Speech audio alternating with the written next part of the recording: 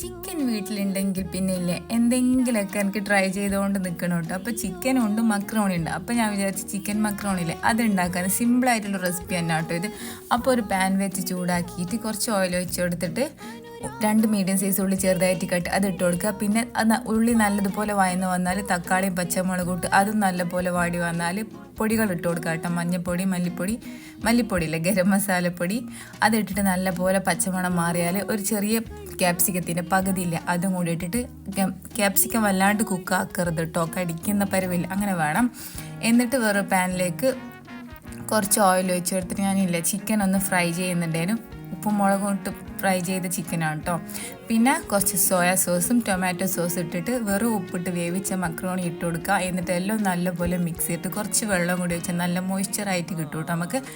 എന്നിട്ട് ഇത് സെർവ് ചെയ്യാം കേട്ടോ. അടിപൊളി ടേസ്റ്റ് ഉണ്ടെങ്കിലും ട്രൈ ചെയ്ത് നോക്കുക. ഓക്കെ.